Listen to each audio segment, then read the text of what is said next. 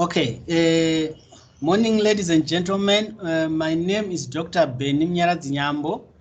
I'll be taking you this course, Management Information Systems and E-Commerce. For your class, I intentionally decided to part ways with the content I've been teaching for the past, I think 2 years. And I just got some interest with this book by Kenneth Loudon and Jane P. Loudon. I'm not so sure if they are brother and sister or husband and wife.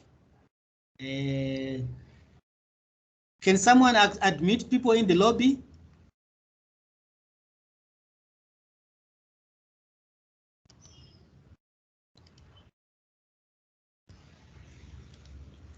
Okay, so I will share with you the PDFs I'll be using.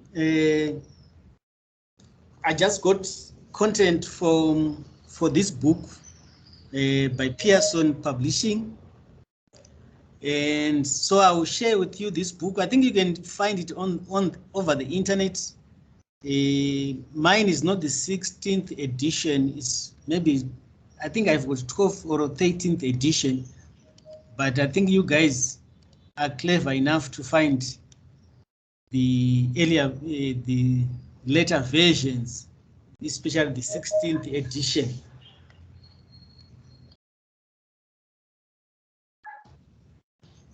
Right. So I'll give you this, and I hope you'll be able to, maybe if you get to the library, you can find this book also. It was written in a very interesting fashion, which I just took a liking of. So these notes are arranged as in chapters of this book, so they are easy to follow.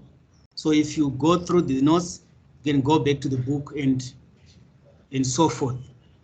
It means basically I will be taking all my assignments from this book, and I also expect the exam to come from this book. We just want to make things simple, so we just use this book. But you're allowed to use any other content, but basically this will be the main text. All right.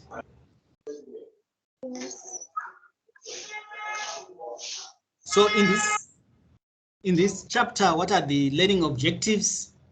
The first one is want to know how are information systems transforming business, and why are they so essential for running and managing a business today? Then you want to know basically what is an information system, how does it work, what are its management, organization, and technological components, why are complementary assets essential for ensuring that information systems provide genuine value for organization.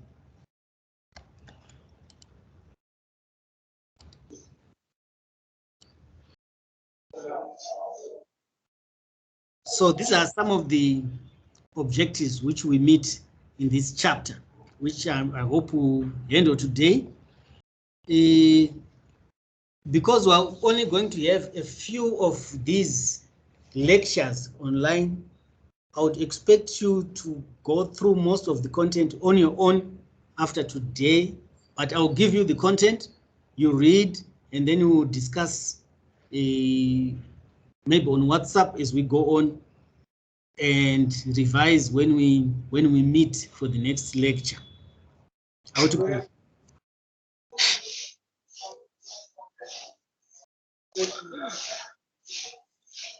May you please mute your mics?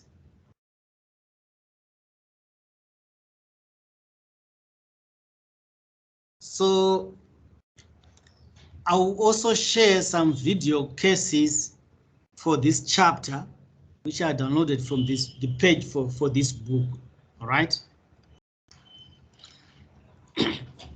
Now there is this company called PCL Construction. I think it's in Canada.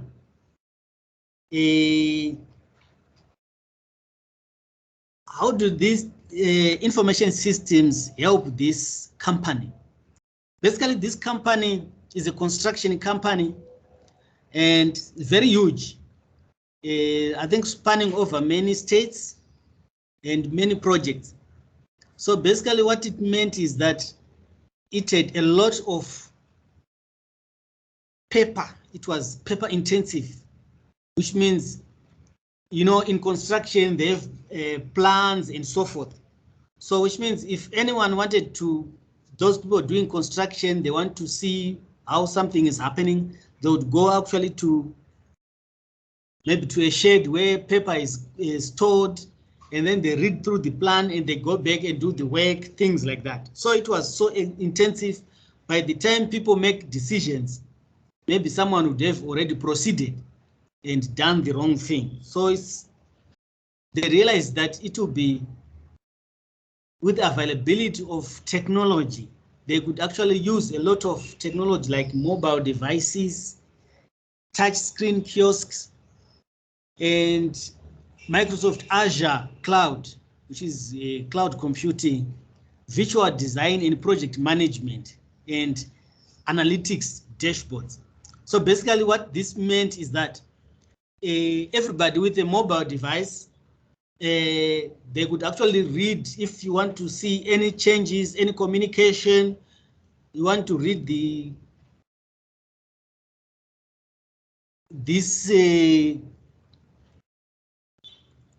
devices, I mean the paperwork, which everything, all these drawings which were on paper, now electronic. So which means people could actually make quick decisions, all right? People could actually make quick decisions, and this illustrates how information technology actually helped this company to change the way it runs its business. So a lot of things really changed, and it demonstrates IT's roles in redesigning jobs and business processes. So you can actually look it up on the internet, the PCL construction, the new digital firm, and see how actually technology helped them improve their business process.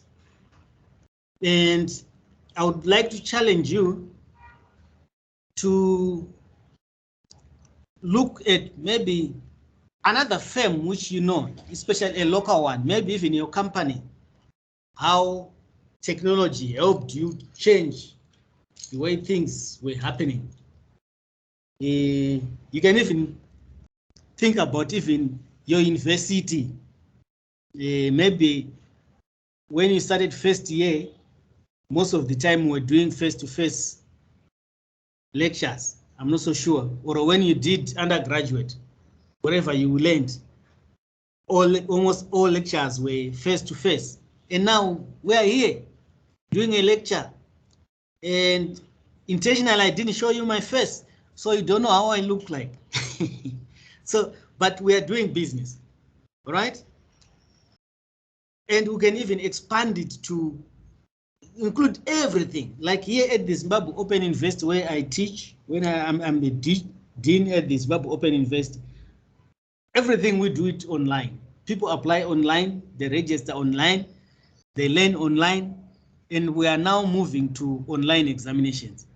So which means the student can just register, they write an exam, eventually they graduate, and we'll never see the student face to face. So which means technology can actually change and enhance how people do business. All right? If you have any questions, guys, you can always say so. Now, because I'm sharing, I'm looking at my PDF, so I won't see a hand raised. So you just say it in a way that says, say I've got a question, so I can stop.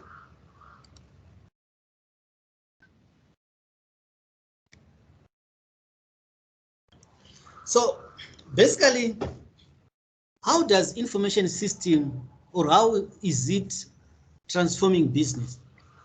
This information from this book basically is mostly from America, but you can relate also to our local business environment.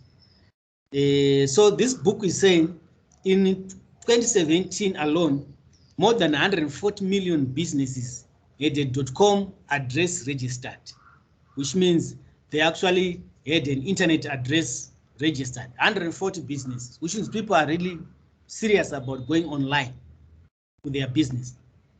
And they're saying 273 million adult Americans are online and 190 million have purchased online. So which means people are really doing a lot of work online or a lot of business online. And they are saying 269 million Americans have mobile phones.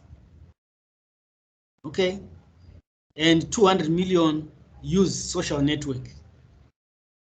So which means almost everyone in America is online. If you want to check our figures, you can actually check on the ITU about internet penetration in if you just type internet penetration in Africa, you can see how many people in Zimbabwe are online, and it's a growing number every year.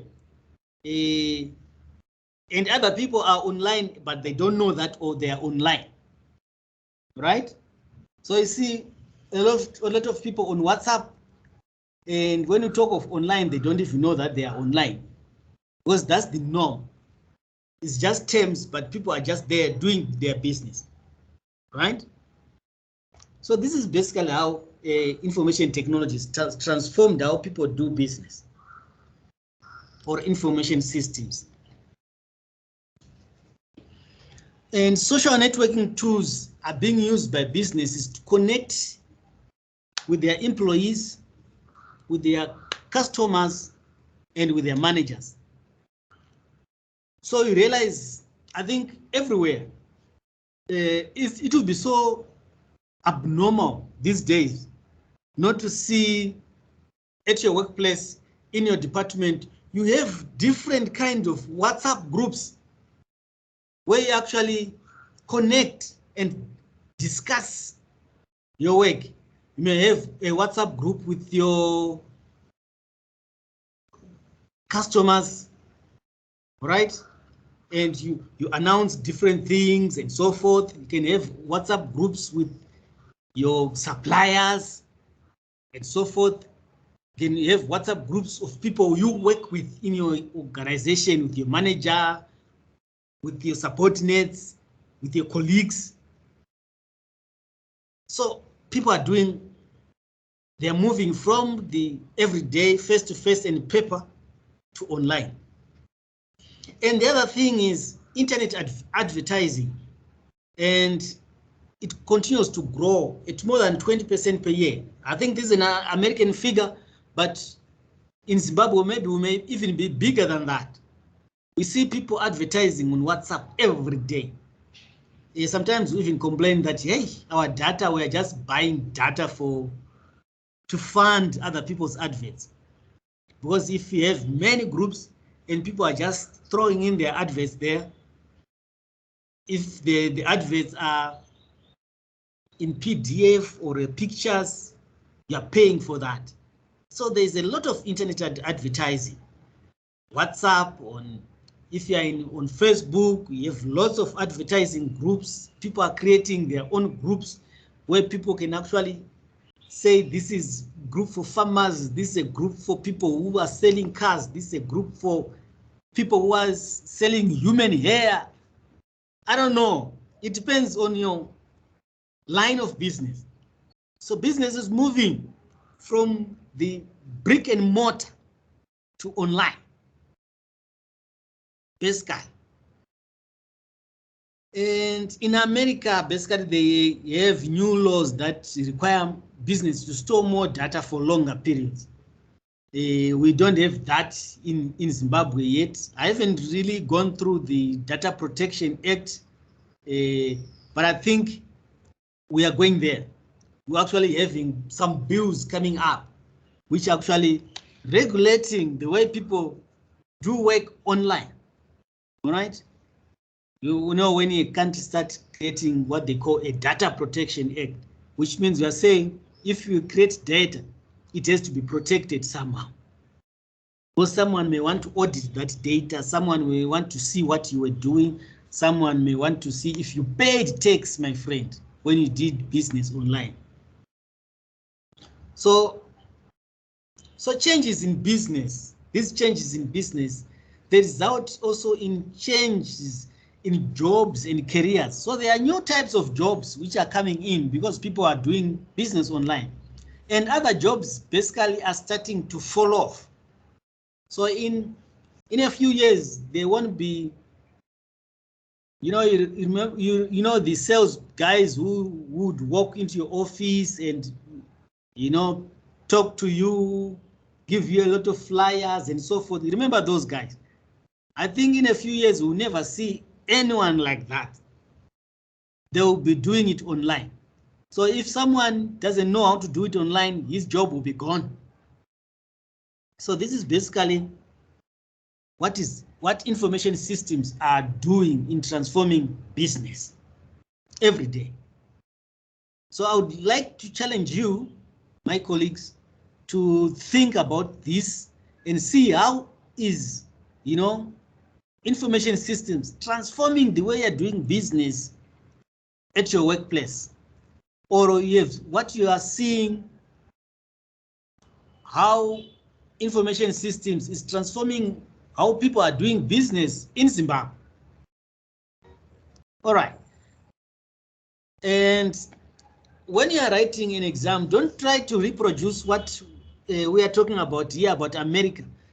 I'll be very pleased or happy if someone start quoting what's happening in Zimbabwe, because that's why we are doing this course, isn't it? So I want to know, how is information systems, or how are information systems transforming business in Zimbabwe? Okay.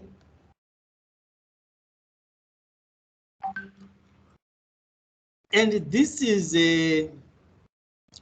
I think this diagram shows the change in information technology capital investment. How much money has been used to buy information technology things?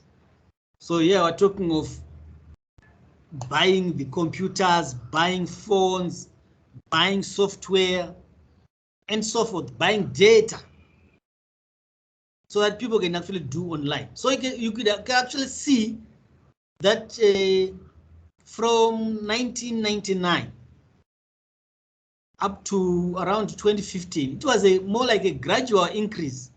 It only did a small drop in 2016, but it started to rise again. I'm not so sure why it did a small dip like that. We can always investigate, but you can actually see that information technology is becoming more and more important to business with time.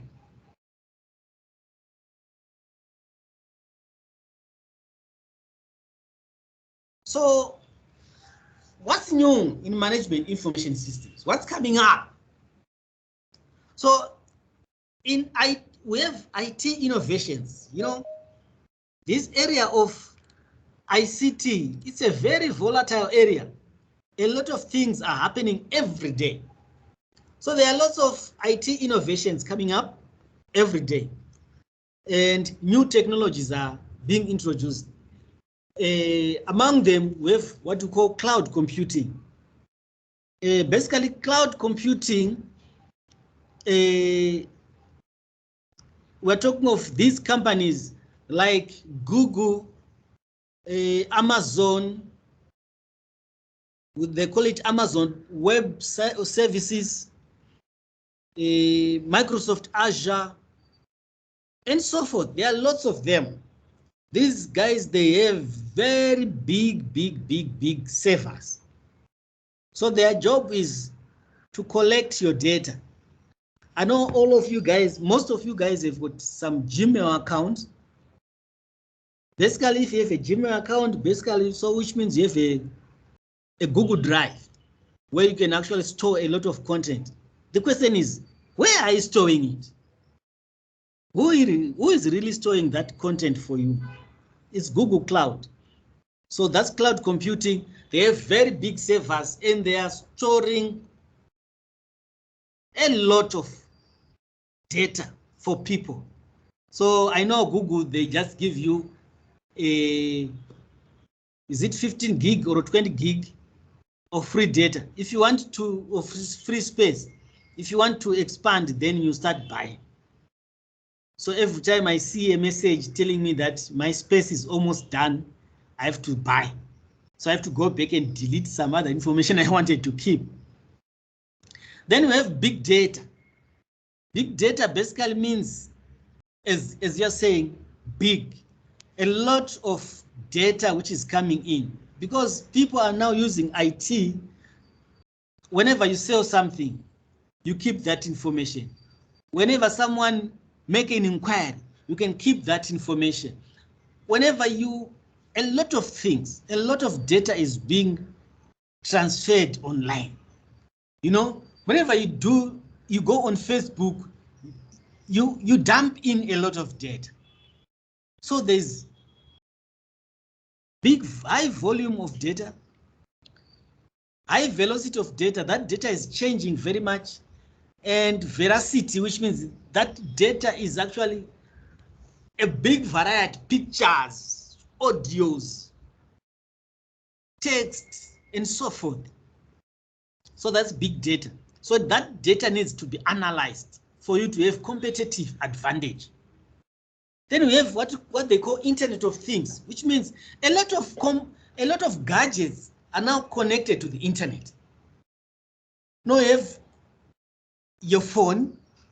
Now I know that when I'm doing this, I'm doing work here at the office, I receive an email. If I go out of the office, my phone tells me that so-and-so has responded. A lot of things. So my phone is connected to the internet. My computer is connected to the internet. These days, we can actually have gadgets in the home connected to the internet.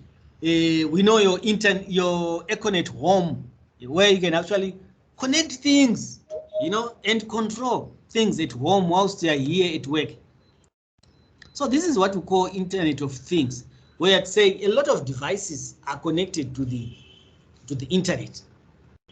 So which means all those Internet of Things, they actually add up to the big data. And that big data, for you to be able to keep it, the easiest way is to put it in the cloud. All right.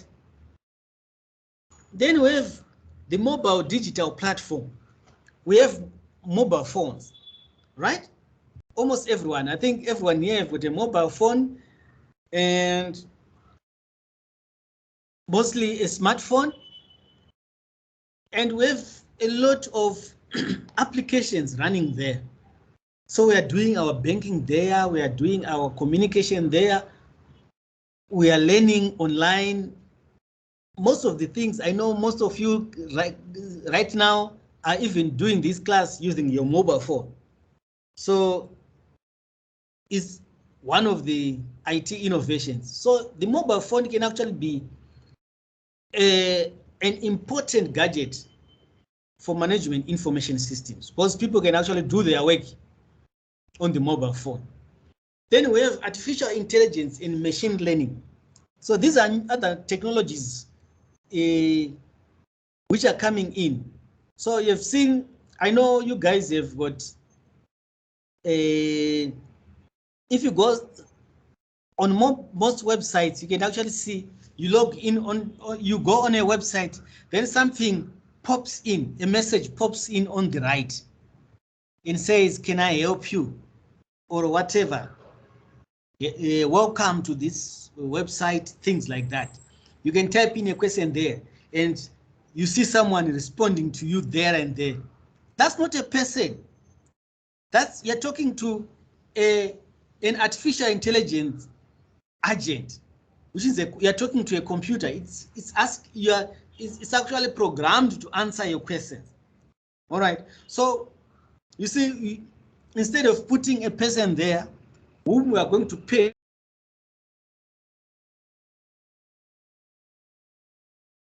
talk to a person. So artificial intelligence and machine learning, these are some of the technologies coming in, and they are becoming better and better. I know you guys have got Siri. If you are using, I think, Apple gadgets, say Siri, what, and so forth. I've seen people doing that. But it's shiny. That's an artificial intelligence agent. It's not a person. So you're talking to a computer, and it's trying to always interpret what you're saying and try as best as possible to answer you correctly. Sometimes it may fail, but because you know that you appreciate that this is not a person, sometimes you try to rephrase your question so that it can understand. You have even new business models coming up.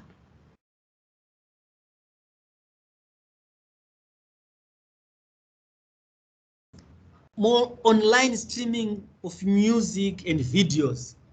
So it's changing the music industry, entertainment industry has been revamped. It has changed. So people now are streaming their music online. Yet they are viewing videos online or downloading videos online. Sometimes even have on-demand e-commerce services where someone can actually want to do something, they can go online and then they can buy or sell things online. In Zimbabwe, we are trying that. I've seen a lot of companies now trying to sell online. We are making baby steps because not everyone is so confident on selling their things online. But we are getting there. We have seen now if everyone is happy to buy using EcoCash and Telecash, whatever other mobile money you are using, we are getting there. So business models are changing because of these new management information systems. There's basically an expansion in e-commerce, as I was saying, and this is mostly e-commerce expands to nearly $1 trillion in 2018, which means that's a lot of money which is being transferred online. You have companies like Netflix has more than 125 US subscribers. That's US alone. But you know, a lot of people are also buying content on Netflix. They are buying videos and so forth all over the world. Online services now approach online retail in revenue. So you have other services which are actually coming in, which you are done online, not just retail, but also just services which you would walk into a building and try to get. Now you're trying to get it online. For example, you guys, I think you now can apply to register online. You can apply, you can pay your school fees online without going to Bindura, without going to the bank, things like that, which is good. That's e-commerce and it's coming up, right? I remember I bank with CBZ. So on CBZ, I can actually go and pay school fees. If you say pay school fees, then it lists, ask you which university or so, and then you can pick. If your kid is going to Harare Polytechnic, you go in there, then it asks you to put details and then you pay. You don't have to go to Harare Poly to pay. You don't have to go to Bindura University to pay. So which means online services are approaching and that they're coming up. And we talked about online mobile advertising. So there are lots of other advertisements which are coming in on your phone. And it's interesting that these days, when you're online with your phone, sometimes when I have nothing to do, I go on my phone and play games. When I'm playing a game, sometimes adverts come in. You see lots of adverts, you know, people advertising on your phone. And if you're interested, you click those adverts and it leads you to something, and eventually may end up buying something. And then what's in management, changes also are happening. You know, managers now use social networks and collaboration tools. We've talked about people using WhatsApp groups,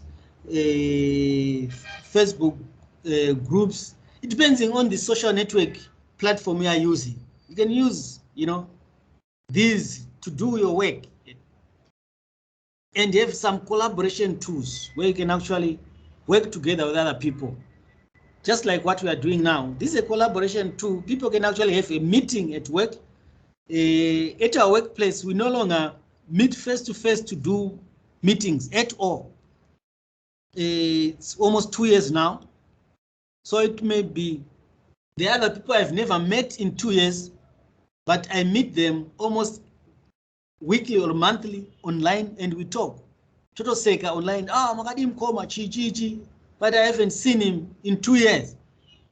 So which means business is going online. That's management. Business intelligence applications accelerate. There's this line of business which is called business intelligence. It's closely related to big data, which I talked about, and data analytics. So what are we talking about here? We're saying because you're doing a lot of business online, you have a lot of clients, people are getting onto your platform, people are buying from you, people are making inquiries, they are leaving their addresses, their names, their age, their race, everything. What they've bought and so forth. So you can always make an analysis of that data to know what your clients want. What are they missing? What do they want to do? So that's called business intelligence. You can analyze a lot of data so that you can actually divert your attention to what your clients want. We are no longer assuming what people want, because that's you're just going to base your business on luck. That I assume that if I'm going to buy these things, then if I'm a wholesaler or a retailer, I go and buy a lot of bread, hoping that all of it is going to be bought today. What if no one comes to buy bread today? But if you have business intelligence, you may actually model your business in such a way that you actually cocksure that this is going to be bought because this is what my clients want. And we have virtual meetings. I talked about virtual meetings, right? So I'm not going to repeat that. So management information systems are actually changing firms and organizations. So which means in companies, people are now more collaboratives, less emphasis on hierarchy and structure. So which means you're now using, because there is a lot of exchange of information and data. Data is available to people and it's easy to retrieve because it's on the computers. So people are now more collaborative. They collaborate online. Although there is hierarchy in the business structure in your companies, there are managers and so forth. They have their own managers and so forth. But people now work more collaborative. there is now greater emphasis on competencies and skills. So, because now we are using mostly going business online, people have to have skill and they have to be retrained here and there if they don't have the skill. So here at my workplace, I've seen some old guys calling themselves proudly, surprisingly, they call themselves BBCs. These are born before computers. So they have a phobia to do business online. So as I told you, at Zoe, we teach all the courses online. And so which means every lecturer has to be very competent. They have to understand how to go on Moodle, put course content there. If they are going to do a video lecture like this, be able to upload the content onto the, maybe even on YouTube. I hope after this lecture, I'm going to download this and upload it on YouTube for you guys. And, you know, some people say we can't do that. So we have to train them. And there is higher speed and more accurate decision making based on data and analysis. So I say, as I said before, like that's business intelligence. People are now able to make real decisions because now you are using, all of your content is now online in a database. So you can actually ask how many people bought this in the past year. Is it useful to buy it now or to just try to sell it? How many people asked for this thing and didn't get it? So we are actually seeing that maybe we should be buying this thing to sell because you have potential to have customers. And we have more willingness to interact with consumers, mostly through social media. So social media is very interesting. It can actually, you can make or break it. So most companies have got their, maybe they have their Twitter account, they have their Facebook account, things like that, a LinkedIn account, and their customers come in and interact with them there. I remember the other year, I bought some tires from another company, and for some reason, I think they just sold me junk. Because within two weeks, I'd bought 2 tires from them. All of them, they'd had some problem. One of them developed a very big bang. Another one just break. And I lost them. And I went to them, they replaced one and they refused to replace the other. So my wife was so angry. And she realized that they were on Facebook, and she went after them. On their Facebook account, she wrote that these people are junk, they are selling junk tires and so forth. And to our surprise, on that platform, lots of customers were complaining about this company. They tried to call us and so forth through the phone, but the damage was already done. We had already talked. So with your company, social media, you can make it or break it. So you have to be very careful what you say there, especially on Twitter. You can say something rubbish and people will be on your case. So, but you have to be more willingly, you know, you see a lot of people talking to Econet guys say, Econet, what I say, what I'm doing, you've stolen my data. And they go there and say, we are sorry, how can we help you, DM us, and so forth.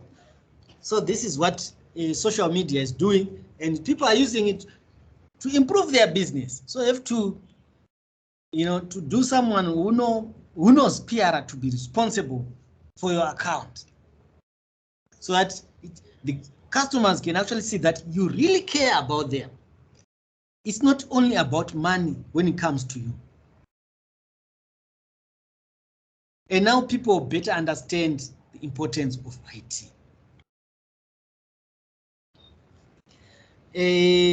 Now, at this juncture, guys, I want us to do a discussion. Here, the question is, can you run your company with your iPhone? So what are the class discussions we want to have?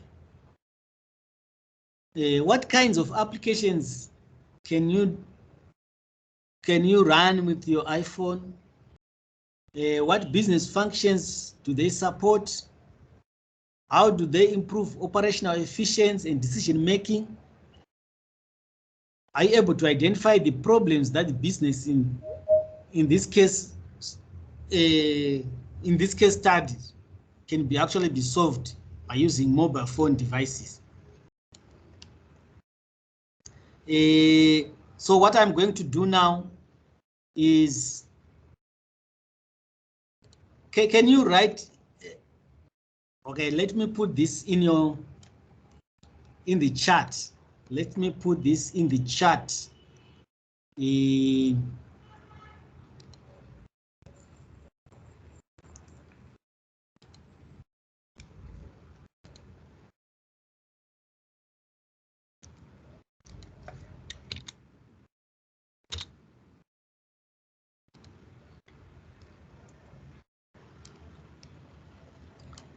So that I want to break you into discussion groups, right?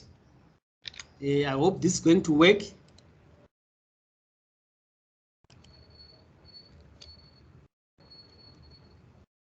Because some other guys are logging out and logging in because of, I think the network is poor at some point.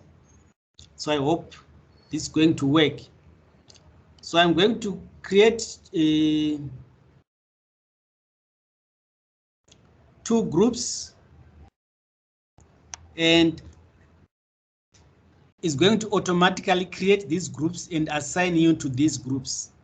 So when you go into these groups, please answer those questions. In your groups, choose someone who's going to present for your group. So they are going to be room 1 and room 2. And you have a rapporteur who is going to, you can choose your chairman there, and then someone is going to present to us when you come back. We want to come back in 20 minutes. All right? So let me try to do this. I hope it works.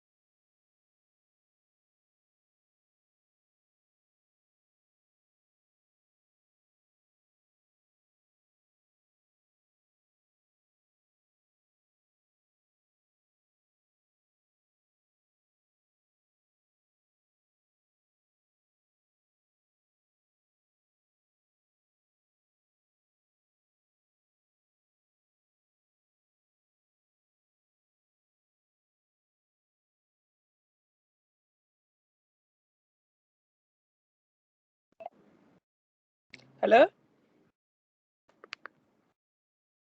Hello?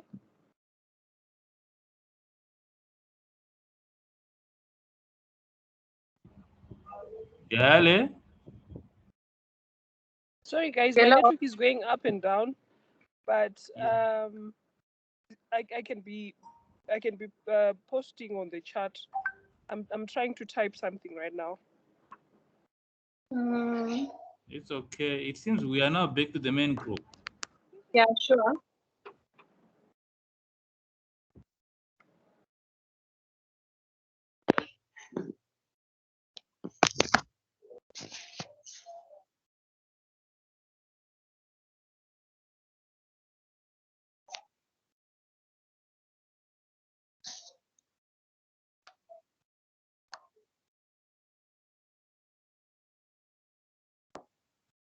Hello, Ray. Yes, I'm there.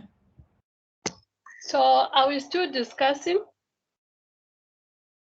Let's wait to hear from Doc, but I think we are back to the main group. Okay.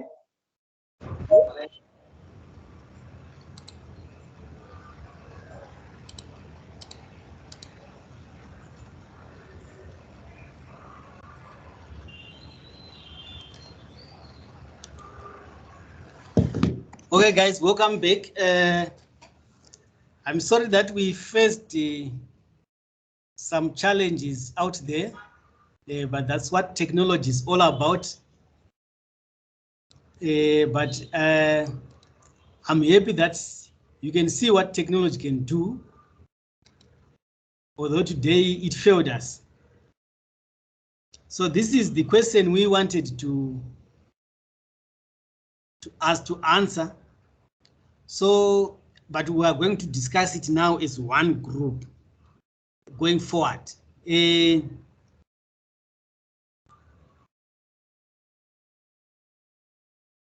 you see my screen?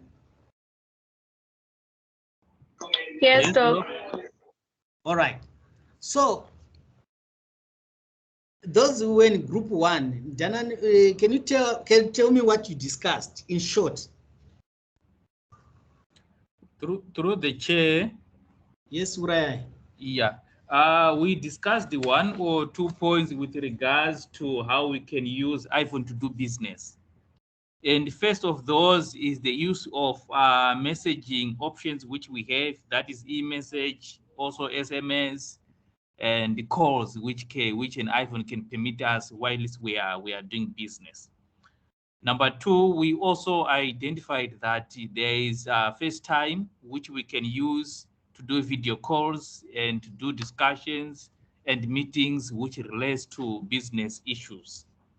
We also realized that we can as well do transaction processing online. For example, you can use business online, download applications for approving payments while you are away or using an iPhone.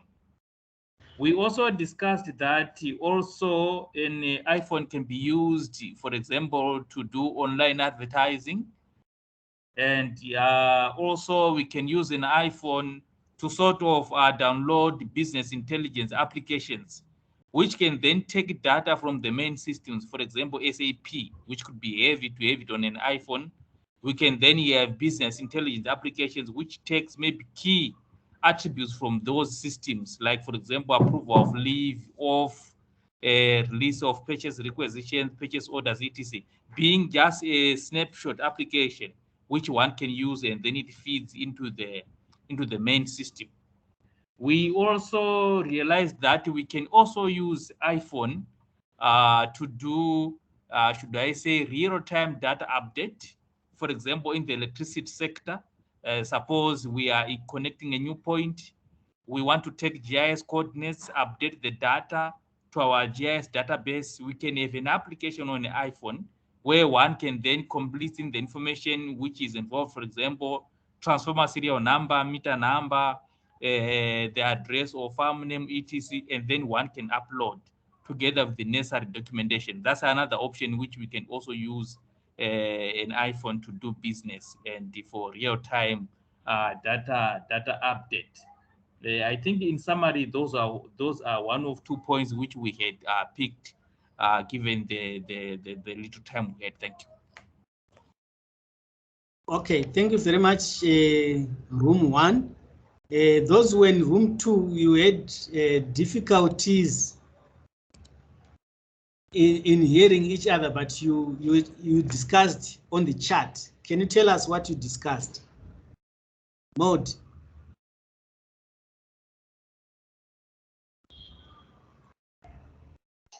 Talk. Yes, ma'am. I was with Uray, who just presented. I think he lost the room. All right, no, that's fine. That's fine. That's fine. So the other group, Rangari Nanani, Duranga Nanamshonga. Okay, I think the other group, Rangari na Tafato Zaranyika with the other guys, I was actually the chairman in that group, but we had some challenges in terms of discussing. I think it was just 2 people in that room, myself and the other guy. So the question that we were trying to tackle was what kinds of businesses are most likely to benefit from equipping their employees with mobile digital devices such as iPhones and iPads. And our response to that question was to say that I think the need for the business to have either an iPhone or an iPad cuts across all types of businesses. Basically, any business that believes that human resources and communication is at the core of their operations needs to embrace either the use of an iPad or an iPhone for them to be able to deliver or on their strategic objectives. So we looked at the retail business. We also looked at the manufacturing business. We looked at the real estate business. We also looked at the hotels, hospitality industry, and we also looked at the financial services sector industry. For example, the banking system, where employees, if they are given either an iPhone or an iPad, they're actually able to handle customer queries from the comfort of their homes 24/7. They are also able to process account opening, and they are also able to provide information to the customers. They are also able to download some reports that assist them to do some analytics in terms of then trying to understand the trends on what the customers are basically seeking for from their business. I think from a manufacturing industry perspective, we looked at how the manufacturing company is able to then link with the retail partnerships for them to be able to distribute the right products to the right retail destinations. We also looked at the hospitality industry, where they are actually able to confirm bookings. They are also able to make some reservations on behalf of their customers. Then from a retail estate business, we looked at the ability of that industry to be able to post videos or pictures of any properties that they might be selling to their prospective customers. Then the second question that we also looked at was one company has stated that the iPhone is not a game changer. It's an industry changer. It changes the way you interact with your customers and suppliers. Discuss the implications of this statement. So when we looked at this statement, there are basically 2 issues that we tried to define. The first one being the game changer, and the second one being the industry changer. So when we looked at the game changer, we said that maybe if we are talking of something being a game changer, we are just looking at a small component of the business. We are not looking at the whole industry, which basically the other term is looking at. So yes, we agree with the statement to say that an iPhone is actually an industry changer more than a game changer, because you then look at the outside stakeholders of your business, these being your suppliers, and then you also look at your internal operations, how best you can actually ride on the use of an iPhone for you to be able to improve on your efficiencies and service delivery to your customers. Then we also looked at from a customer perspective to say that I think the iPhone will then will enable you to provide the right products to the right customers, and it also enable you to ensure that you provide superior service to your customers. So in a nutshell, I think that's how we managed to look into the two questions that were presented to us. Thank you.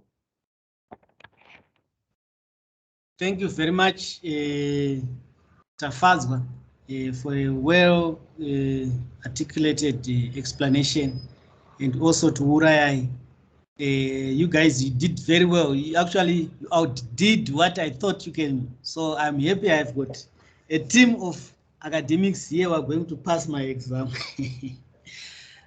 So thank you very much. Now we go forward. So we looked at what kind of businesses are most likely to benefit from equipping their employees with mobile digital devices such as iPhone or iPads. What does it mean that it can actually be an industry changer and so forth. Now, let's look at the globalization challenges and opportunities that management information systems can bring. The first one, we are going to look at a flattened world. Basically, because we know that the world is a globe. So when people are saying we are flattening the globe, we're saying we're making things easier for anyone to do business with anyone collaborate with anyone. So internet and global communications have greatly changed how and where business is done. So it drastically reduced the cost of operating in transacting on a global scale. Which means anyone maybe in Zimbabwe can transact with someone in Ghana. You can transact with someone in the United States. You can transact with someone in Russia, Ukraine. And if you are someone who has got a big business interest in Ukraine right now, maybe you're wondering what's going to happen because your business is threatened. It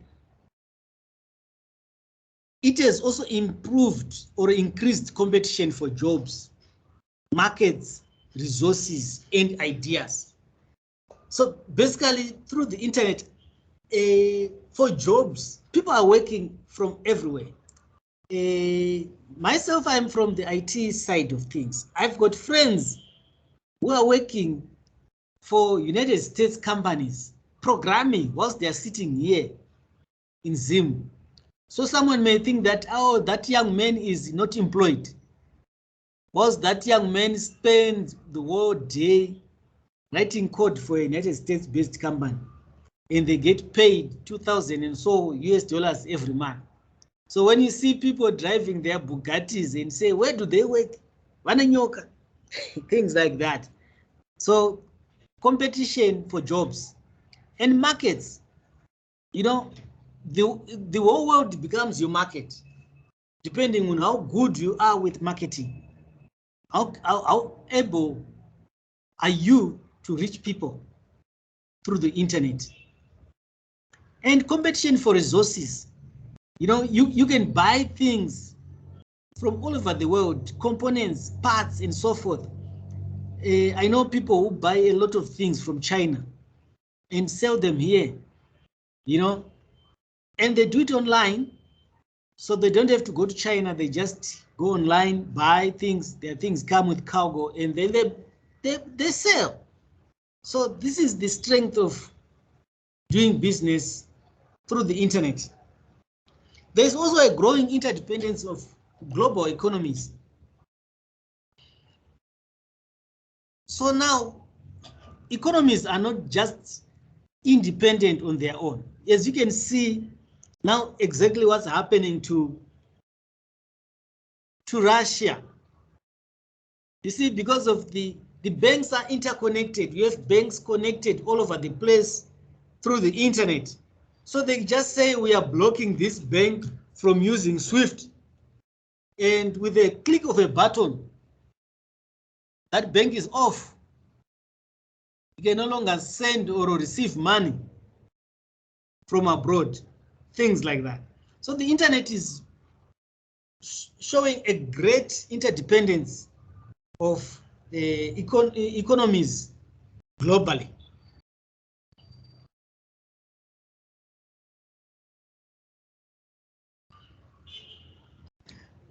It actually requires new understanding of skills, markets, and opportunities. As I was saying, this is shaping or reshaping how people are going to work. So when you are doing your business online, there is a new set of skills which you need to acquire. So you see a lot of jobs being actually advertised here. We want a digital marketing person. We want someone who can do social media marketing, things like that. So people should start learning these skills for them to survive. You know, whatever you're going to do, learn these skills. And there are lots of companies or colleges which teach people how to do these things. You go on Udemy, you go on Coursera, sometimes you even find free courses, people giving people free information and free training of how to do this, online marketing, social media marketing, and so forth. So it's up to people, up to you guys to go out there, learn these skills, learn how to do these things, because the world is changing and changing fast, and the markets are changing, and the new opportunities are coming up.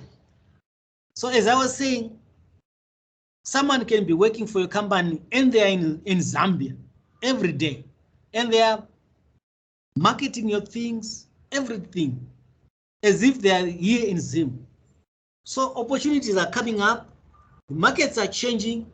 You can have clients all over the world, or you can have a market all over the place. So everything is changing. So there are lots of challenges associated with this, but also a lot of opportunities as well. So depending on the skill set you have, you can actually have more opportunities versus challenges, or more challenges versus opportunities.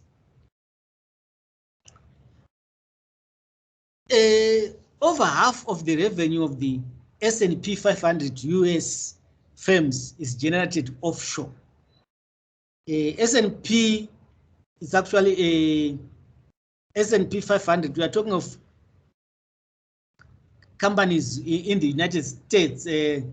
They are trading on SAP. It's actually more like the Zimbabwe Stock Exchange. It's actually a stock platform, and these have got very high revenue companies. Maybe I can share. Let me not unshare this, and then share this. What am I sharing?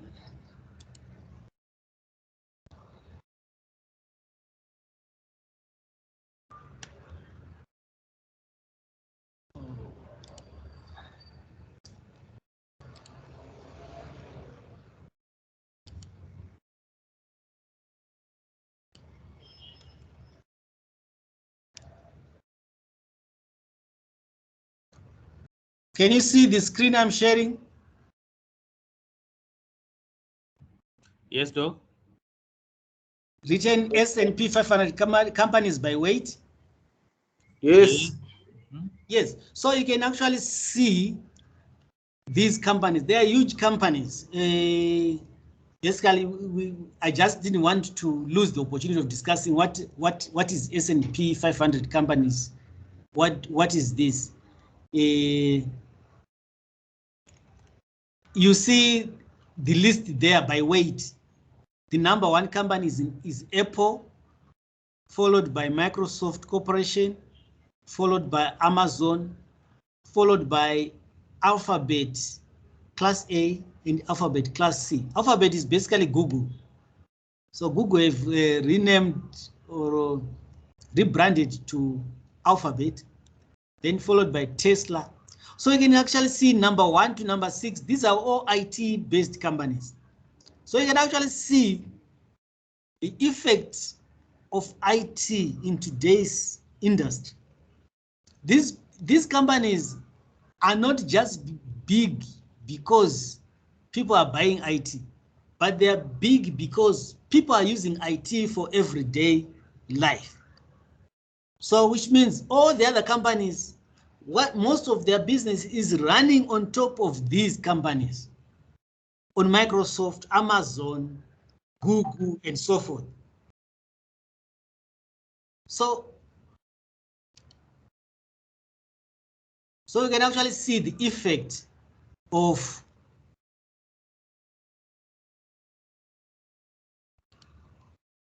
IT as we go forward.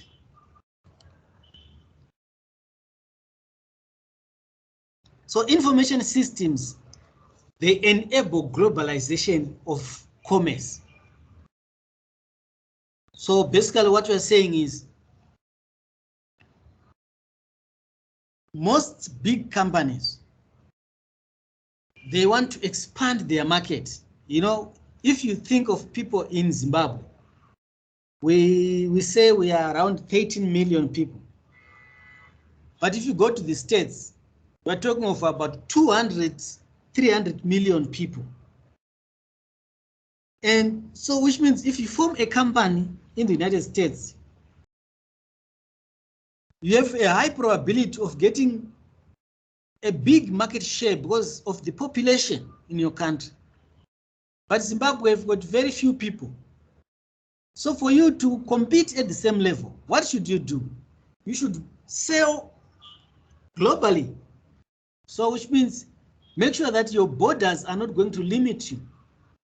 And the only way you can do this is using information systems. So that's basically what we are saying. That is actually enabling globalization of what? Of commerce. So which means at your workplace, if you are going into a strategic meeting and people are saying, how can we increase our revenue? How can we outdo our competitors? Ask them, can't we sell offshore? Can't we go global? And you start looking at opportunities and costs of doing that.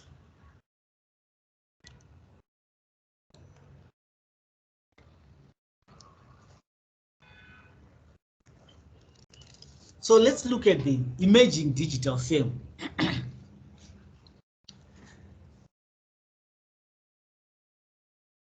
What are we talking about when you talk of an emerging digital firm or a digital firm at the basic? In a fully digital firm, significant business relationships are digitally enabled and mediated. So which means you are relying mostly on the internet to create relationships for your business. You're talking of possible clients, suppliers, and so forth. We are doing this online. Core business processes are accomplished through digital networks. So which means maybe mostly the most important part of your business, you are doing it also online. And key corporate assets are managed digitally. So which means you manage your most important assets online. And maybe you also, most of your important assets, maybe digital assets. So which means if you are doing that, you are fully digital firm.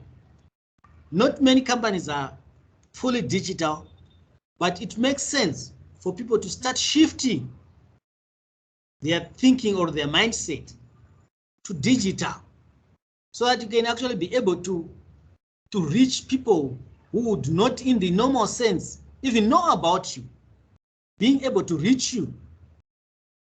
I'm just thinking of maybe just a company in Chitungwiza there at Chikwana. How will someone in Gokwe know about you if you are not online? How will someone even in Blawa know about you? So if you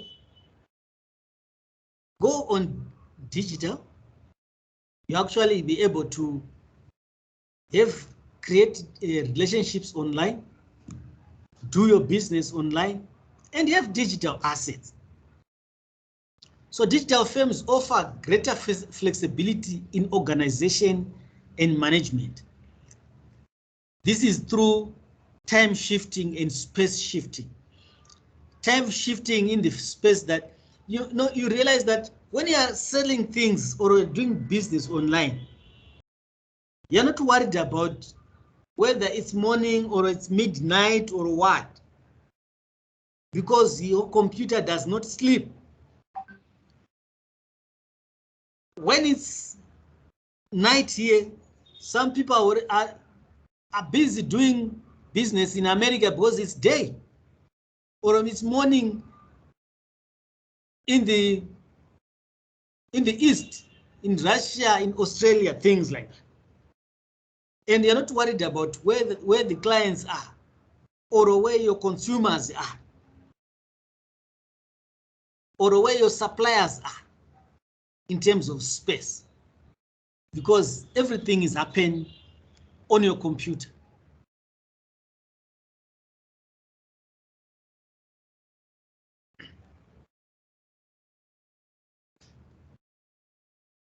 So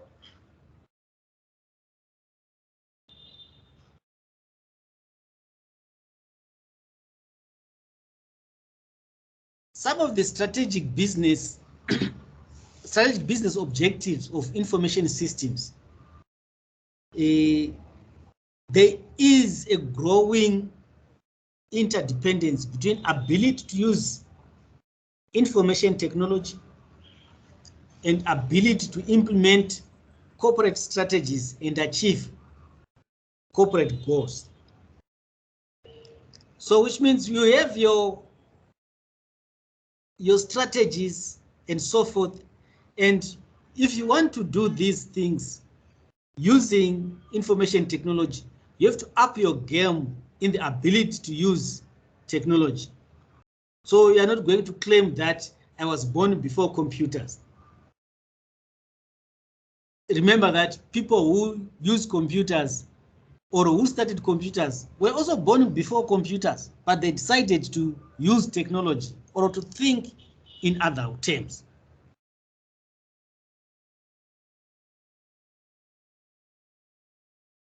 So basically, firms invest heavily in information systems to achieve these 6 strategic business objectives. The first one, operational excellence.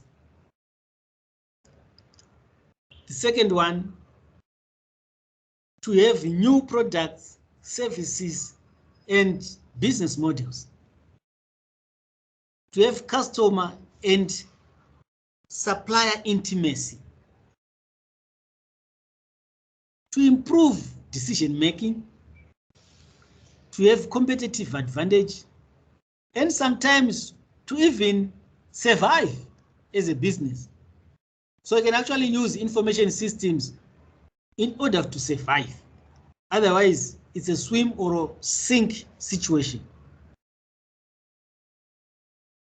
There are other companies which did not change with technology. Let's think of companies like Kodak. You remember Kodak, the company which used to do films for pictures.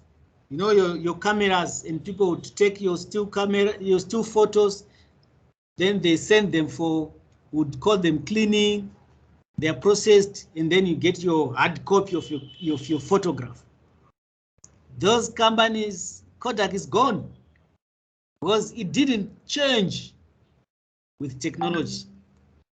Because now we are talking of digital cameras. People just take photos and they go online. People have got phones, they take very beautiful photos through using their mobile phones. You rarely see people talking of these things. If they want to print, eventually they can just print on their own without need to going to another company to do it for you. So companies which refused to change, they sank. So you can always look for companies which failed to survive because they didn't go digital.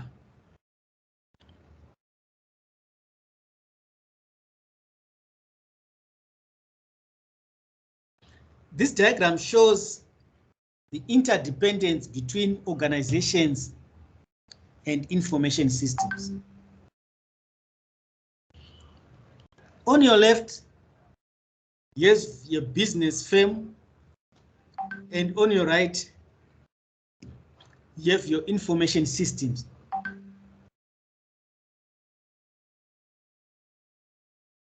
As a firm, you have your business strategic objectives and business processes. And you want these to run on your information system. And your information system basically is a combination of various things, which include the computer hardware, the data management, the telecommunication system, which connects things internationally, and the software where your information system is sitting on.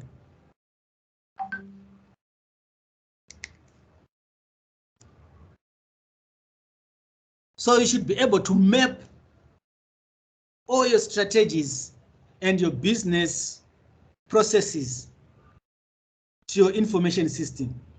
Which things can you do online? So moving from paperwork to online.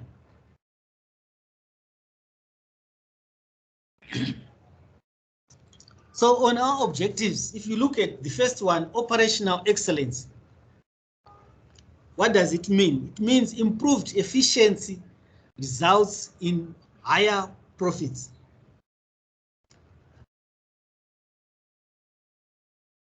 So which means using IT, you can actually start realizing higher profits because they are doing things faster. Because basically using ICT, you can do a lot of things that a human can do in a long time. You know, something which can be run by a computer in seconds, a person can do it in a day or 2 days. So which means you can run volumes, of work using ICT. Information systems and technologies help improve efficiency and productivity. So if your things are well set, there is small room to make mistakes. So you're becoming so efficient as a business. There are less errors. You reduce human errors and you increase productivity. And this will, of course, result also in what? Higher profits.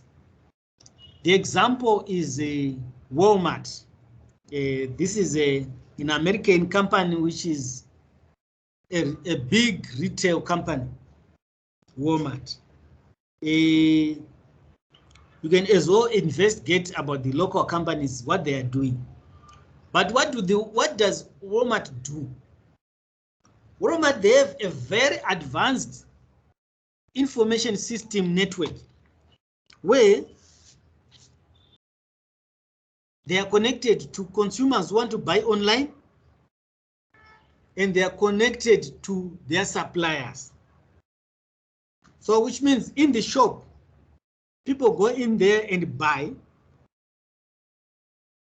Once volumes are going down in the shops, the supplier can actually see from their side that Walmart may need this. So they can start manufacturing to supply Walmart. So which means they don't run out of stock. And their suppliers are always busy supplying. And because they are selling online, people are always buying, because buying online is very cheap. In fact, it's so easy because you don't travel. So e-commerce in other countries is very vibrant. Unlike here where we are afraid to send your money online, you think it will be stolen. So basically, Walmart, by the power of combining information systems and best business practice to achieve operational efficiency, and they have over $485 billion in sales. That was in 2017. So this can be growing now because that was 5 years back. And it's claimed by the book that is the most efficient retail store in the world. I'm not sure about that. Maybe things have changed by now, because we have lots of people doing lots of things online. And the Chinese are coming up. They just look at what model is there of online business in the States. They create their own. Because what's good about the Chinese, that they have people. They are people on the ground. Their market, local market, right, only in China is very huge. So they just replicate that and they make billions of dollars. So which means if you are a business person and you choose China also as a market, you may reap rewards. So just looking at different markets like that. Their objective, the creation of new products, services, and business models. So information systems and technologies enables firms to create new products, services, and business model. So which means sometimes, because they are using information systems, they are using technology, sometimes they are able to create a new type of product, because they are now using computers. It may be a physical product or an electronic product or something which people want, or it's a service. So sometimes, because you are now using internet, you can actually be having new services available to your clients, because because you are now online. And you can even change the business model. How do you do business? So a business model, how a company produces, delivers, and sells its products and services. So you can transform everything about yourself by going digital. So if you look at companies which have transformed, think about the local companies. It's unfortunate, it's not many companies who really have gone digital, but look at companies like Econet.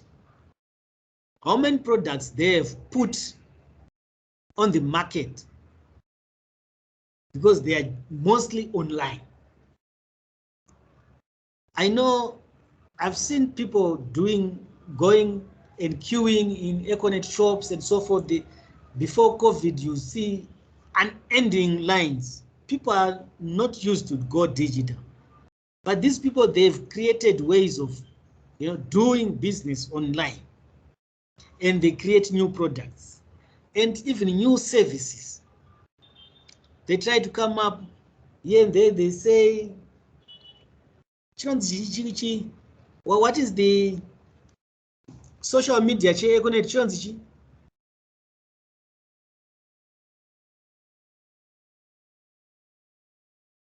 Guys, what is the social media for Econet?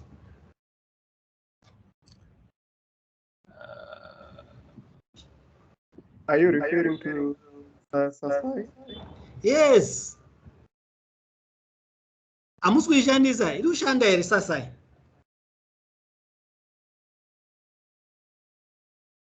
We are still hooked to WhatsApp.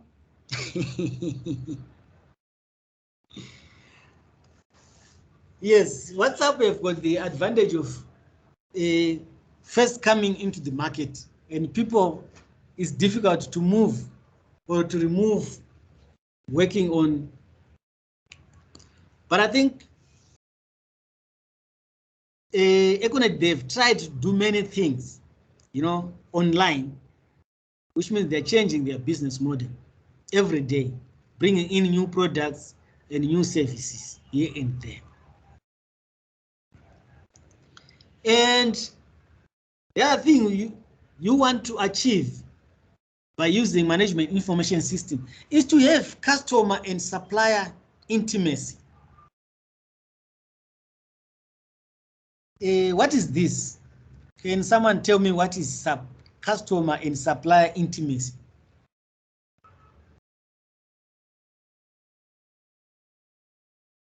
Madzimai ndimi munozwa nezve intimacy ke?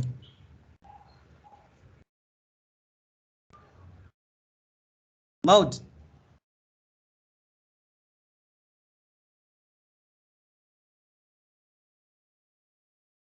Are you there, guys? Yes, we are there, Doc. I think in my own words, I take it to mean the good relationship or a two-way communication, or should I say a correlated relationship between the supplier and the customer, where, for example, you have shared infrastructure or shared systems, which enhances sharing of information, which is more like real time. Unlike the old world where we are saying you could do an order, send a manual order, received, and then it's sent back, delivered, and so forth. But in this case, for example, you could be in the same particular system where you can do that online or real time. Thank you. Yes, thank you very much. So, you know, sometimes when you're using mostly paper, it may be frustrating that someone you have to do those orders and so forth and say, come and collect your order, then you supply and so forth. But if you and your suppliers are using one system and you can do these things online, everything is fast, and because you have your own customers, they want things and maybe that thing is out of stock, you want it from your supplier, and if you are connected online to the customer and to the supplier, you can achieve all this and give the product to the customer as fast as possible. And you know, the customer is happy. When the customer is happy, you are sure they'll come back because they don't have any problem with you. They are sure that you are going to deliver when requested for service. So customer and supplier intimacy is very important. Then information systems, they also help your company in improved decision making. So without accurate information, managers must use forecast, best guesses, luck, and so forth, because they don't know how to make a decision, right? So they are just using their experience to make a forecast. Let's say last year in this time, in winter, we expect this to happen. In summer, we expect this to happen. Things like that. They make forecast and best guesses. And luck has to be on your side also. But if this will result in overproduction sometimes, then you have things which no one wants. Or underproduction, you produce things and all of a sudden you don't have the products and clients are complaining. We want this. You said you have it, but you don't. Because you made a guess. Misallocation of resources. Maybe you put money and resources on things that people don't want. And you can actually have poor response times because you don't have information. And if you respond to your clients late, clients usually don't take that lightly. And you can lose a lot of money and business in the process. So poor outcomes will raise costs and make you lose customers. But if you have real-time data, it improves the ability of a manager to make decisions.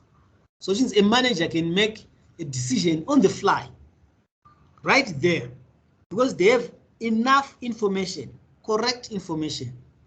Here the example is a telecommunications company called Verizon. It has a web-based digital dashboard to provide managers with real-time data on customer complaints, network performance, line outages, and so forth. So which means this manager have got all the information in front of them so they can make decisions. They can see where there are problems and then they can correct them there and there. They don't have to wait for at the end of the month to see reports written. Maybe by then you have lost half of your customers. So if you are seeing it at a real time, then you make real-time decisions and you enjoy your relationship with the customer. And we said information systems can actually help you gain competitive advantage. So looking at you gain competitive advantage if you achieve the previous business objectives which we talked about. And then you have advantage over your competitors. And most of the time it actually helps you to charge less for superior products. Because mostly you're able to charge less because you have less waste. You're doing things faster, efficiently, and it costs less to produce a product. Because you're using technology. You have enough information at the right time. Better performance and better response. So examples of companies which actually gained competitive advantage over others are Apple. We saw that Apple was at the top there. Walmart, we saw that Walmart was said to be the best retail company in the world. UPS, UPS is like your DHL and so forth to transport mail in the States. And these are industry leaders because they know how to use information systems for their purposes. So if your company can actually grab information systems and use it to its more optimum, then you can actually join these elite companies to become big businesses and have competitive advantage. And so we said sometimes you need to use technology to survive. So businesses may need to invest in information systems out of necessity, simply the cost of doing business. Sometimes there are no two ways about it. You may need to keep up with competitors. Like when Citibank introduced ATMs, So if you're a bank, you can't make a choice that I don't need ATMs, because your competitors will compete with you. You lose clients because people don't want to come inside the bank. They just want to withdraw money on the walls and go on the fly. So sometimes you have to see what's out there, who is doing what, so that you can also survive. If you react too slowly, then you are gone. And sometimes regulations just need you to have these information systems. I remember some years back when Zimra requested that all companies have, what do they call them? These machines which show how much business is happening on the fly. So they want to know, if you're a big company, let's say we are okay, how much have you sold today and how much is due to them? So they do, in doing that, they call them fiscal machines. They want to, they don't want to have guesswork. So sometimes they should be, there can be some regulatory position. And if you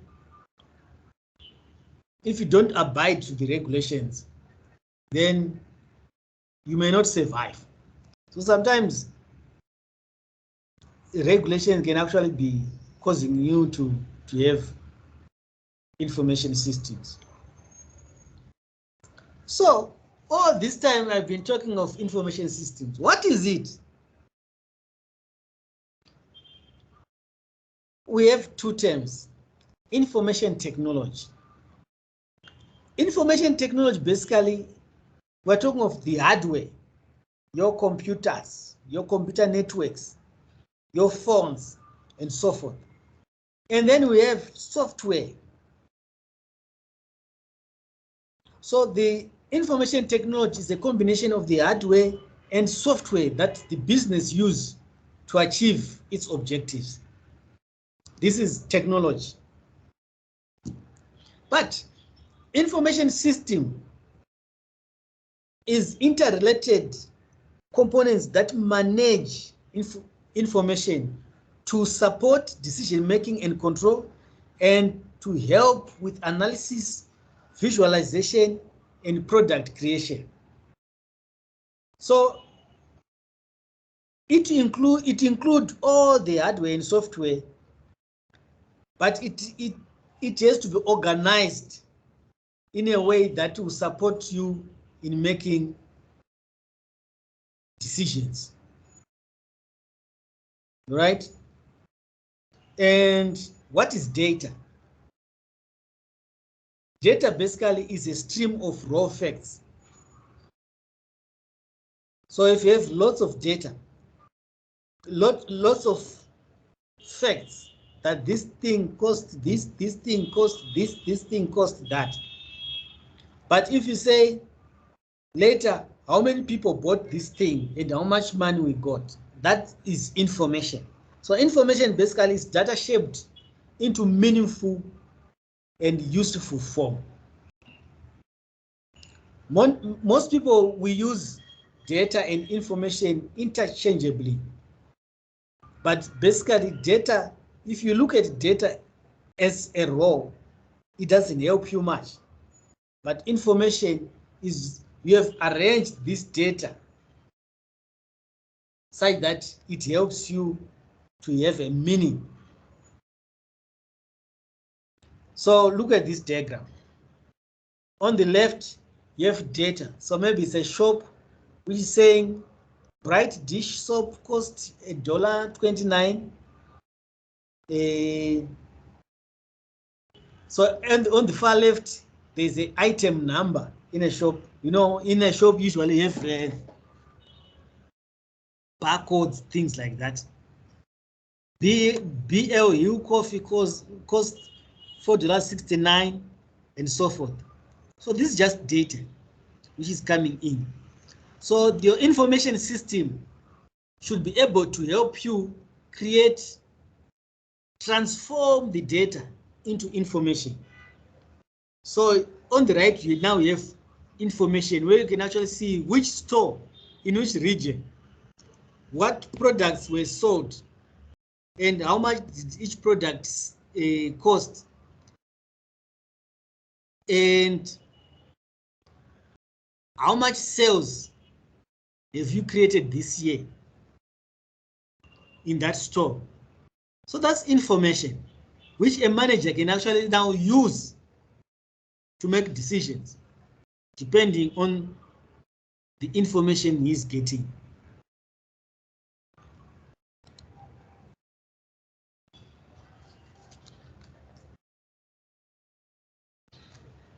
So activities in an information systems that produce information are input to the information system, the processing by the information system, the output of the information system, and the feedback which you get from the information system.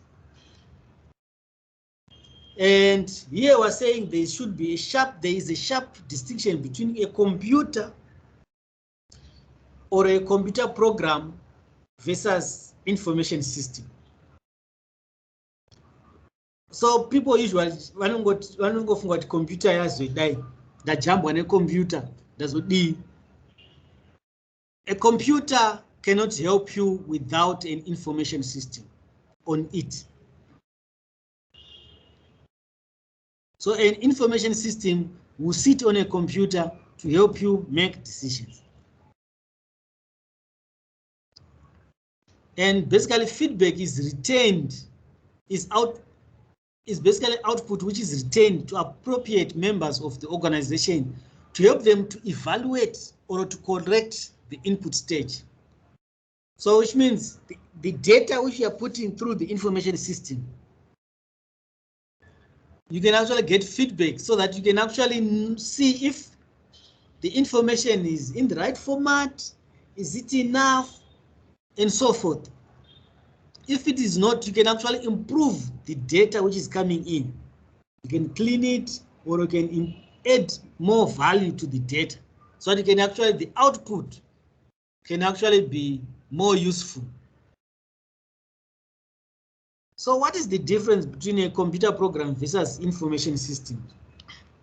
Computers and software are technical foundations and tools similar to them, to say materials and tools used to build a house. So computers and software are more like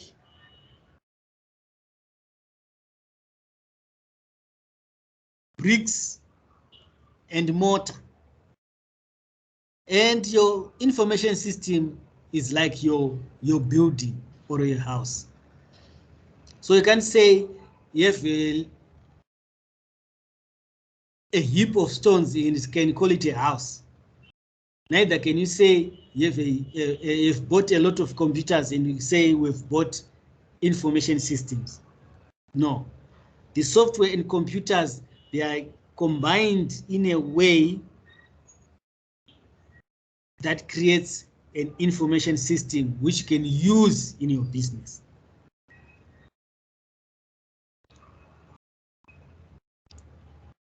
So this diagram gives us the functions of an information system.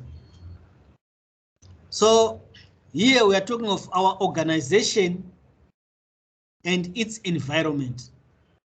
And the environment, our environment have got suppliers, customers, regulatory agencies, stockholders, and competitors. This is our environment as an organization. And our information system is at the heart of the organization. So we have input to the information system, right? Which means you have, this is data which you put in the information system. And then the processing of the information system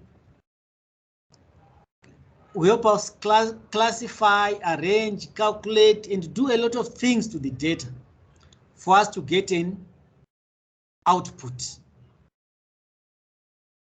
The output will actually help us make decisions. And also from the output, we can actually get a feedback and say, is the input correct? Or you can need to adjust it in some format so that the output can actually improve. All right. So this is basically a diagram which actually showing the functions of an information system.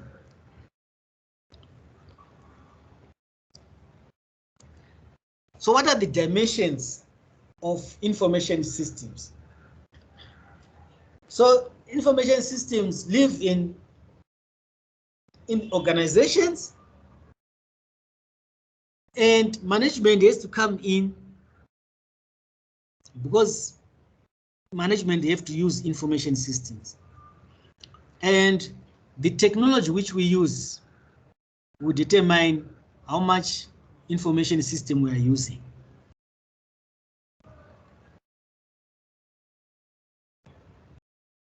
So basically, information systems are, as we said previously, they are more than computers. They have to get input from the type of technology which we move in, the type of management decisions which we want to get, and the type of organization which we are. So one type of organization may need a different type of information system to another one. And your management style may actually dictate what type of information system you want or decisions we want to do. Or what type of business we have can actually determine what type of technology the information system needs to be running upon. Do you want to have computers? Do you want to have mobile phones? Do you want to have iPads? Things like that. Is it important in terms of your organization? So the first dimension, the organization. Here we're talking of the hierarchy of authority and responsibility. How is your organization made? So sometimes you have senior management, middle management, operational management, knowledge workers, data workers, and at the lowest level of your pyramid, you have your production or service workers.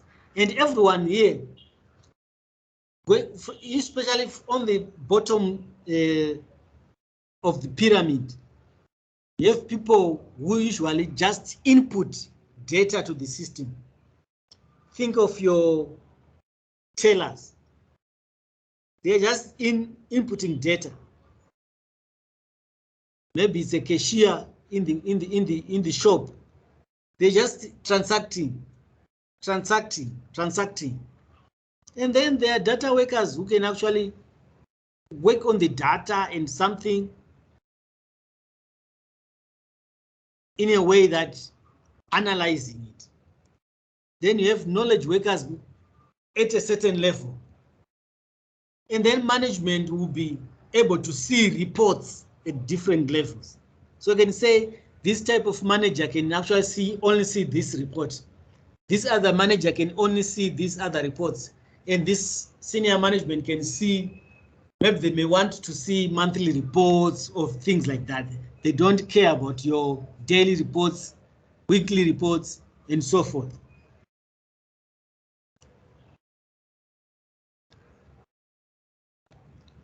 So this is basically our levels in a firm. We have your senior management, middle management, and operational management in an information system. So those at the bottom there, usually they are responsible for inputting the data. And in the middle management, sometimes they may want to interpret or manipulate the data. And then senior management, usually they are more worried about seeing reports so that they can make strategic decisions for the organization.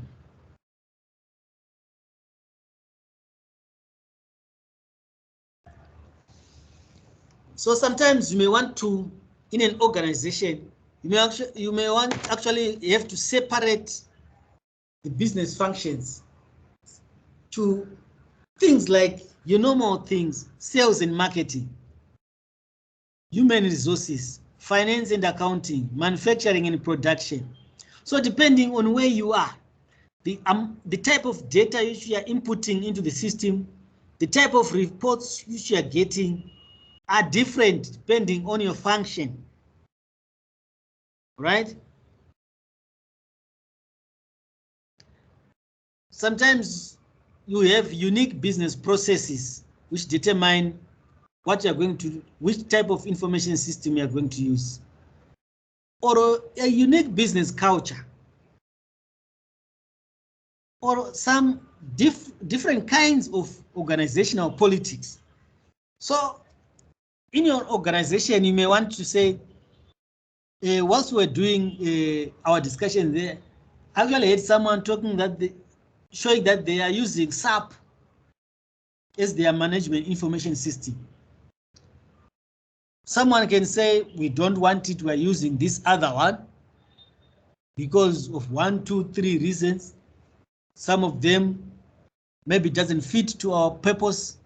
Maybe it's too expensive.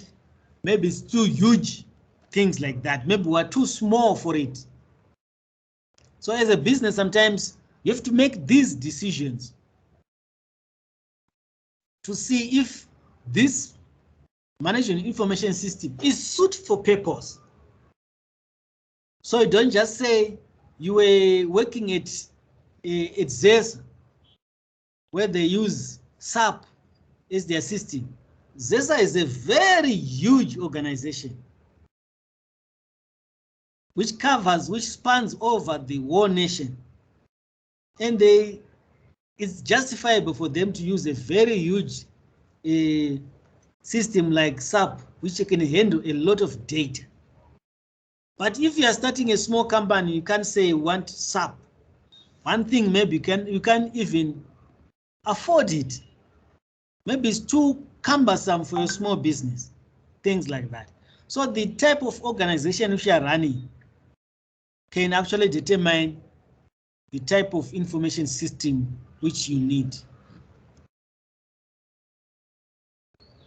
Then the other dimension is management. So managers, they've got a responsibility of setting organizational strategy for responding to business challenges. And in addition, they must act creatively by creation of new products and services, occasionally recreating the organization.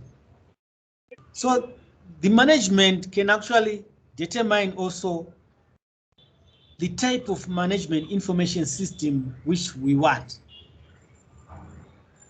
Is it fit for purpose? Does it fit to our way of doing business here, with our management style? Then technology. Basically, technology here we talk about computers, computer hardware and software, and data management technology. Networking and telecommunication technology, where you're talking of your networks, the internet, intranets, extranets, the web, and so forth. How does all these things fit in your design? How do you want to do your business? Do you want to go and do business internationally? Then you have to start thinking of using the internet to run your business. Are you going to run it on the web? Things like that. So the IT infrastructure provides the platform that your system is going to be built upon. So depending on what type of system which you want, you have to think of buying technology which can actually fit. Actually, this last week here at my workplace, we had a problem where a supplier gave us machines And a lecturer took the machine, installed a Android for him to develop software to run on a phone. He couldn't run a simple program. And then we looked at the computer. Its specifications were not what we had ordered. It had low memory. So yesterday, I saw these guys coming in saying we've come to upgrade your memory. So which means the IT infrastructure, it has to be fit for purpose. Maybe you want to run SAP. You can't just put SAP on a very poor computer system. It won't run. Maybe it's too small for it. So the technology which you are going to put should also be able to run the information system which you want to put. So these people have to be hand in glove.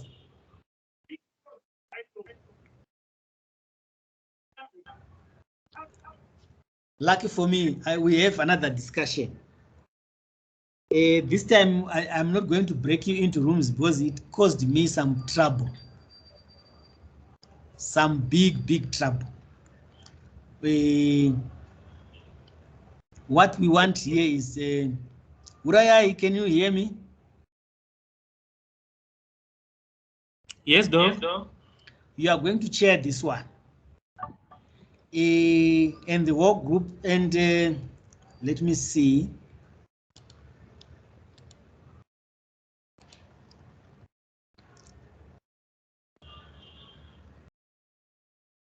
Matare, can you hear me?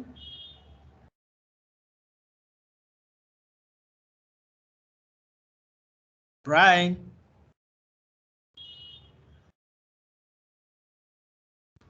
Guys, msaloge ini kama mabuda ama maenda.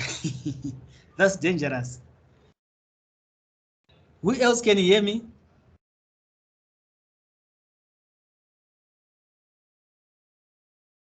Zaranyika, are you there? Yes, I am. All right. So Zaranyika, you are going to present at the end. We are going to summarize basically because it's us we'll be discussing this whole thing as a group. And I see a lot of people have gone away because maybe I've gone too long, but we're almost done. So let's answer this. Want to look at the technology of UPS competes globally with information technology.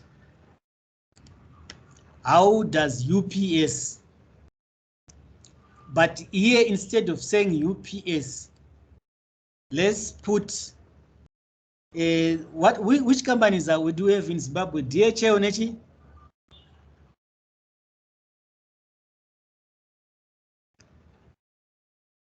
Let's use DHL instead of UPS and answer these questions. For me now, I'm going to take a small break to have a refreshment, a drink or something, because I've been talking for almost more than an hour now. So when we come back, we'll summarize this. So let's go ahead. Would I chair it on? Noted, Doc. Maybe Tim, we can start on the first one, where it is saying what are the inputs, processing, and outputs of UPS, in this case DHL, package tracking system. Any contributions from the team? I hope Mr. Zaranyika will be taking note for summarization and presentation.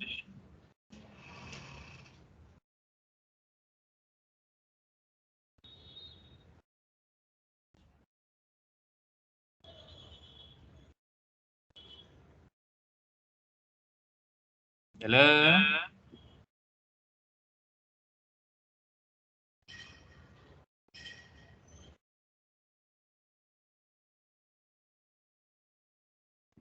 Hello?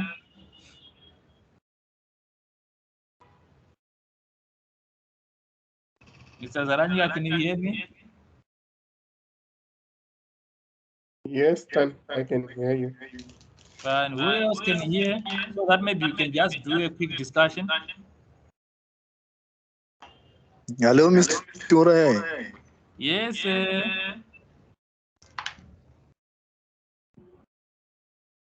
Yeah, anybody can contribute from the first one so that we can all maybe take notes here and there, while Mr. Zaranyika will be maybe taking the final notes for presentation.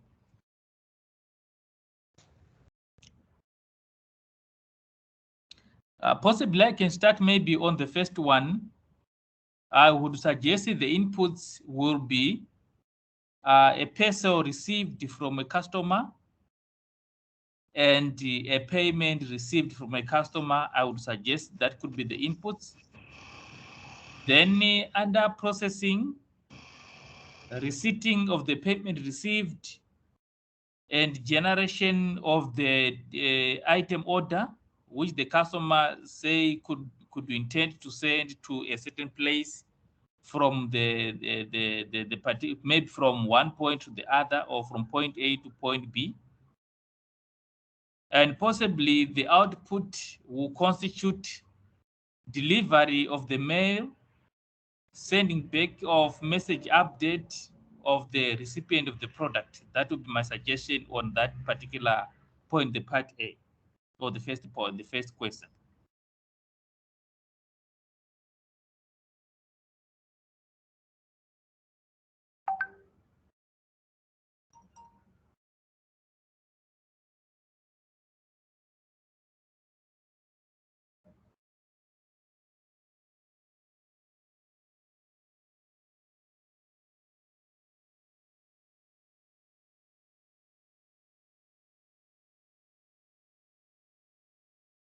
Hello, Tim.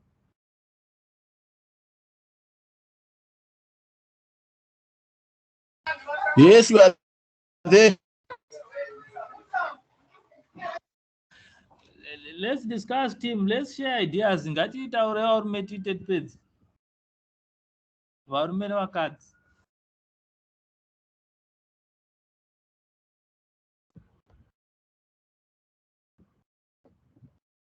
Guys, hamusati mambosenda mail ngikini neDHL kana FedEx iri. Kainonzi yeku post office here overnight. Swift. Tell us, zvinombofamba sei? Even in Shona.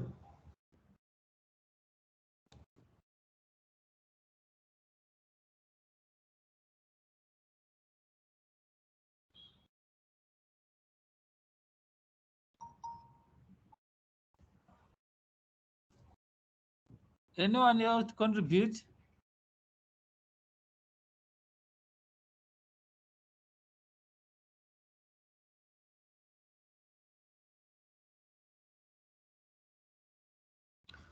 All right, guys, let's break now for 1 hour. Come back at 1. What I will do, because I realized that you guys don't want to talk, so I will take these questions and make them in an assignment. So you are going to answer these as an assignment. This way. Right? Yeah, it's okay, Doc. All right, so let's break. At 1, we come back and see where we can get to. Thank you. Thank you.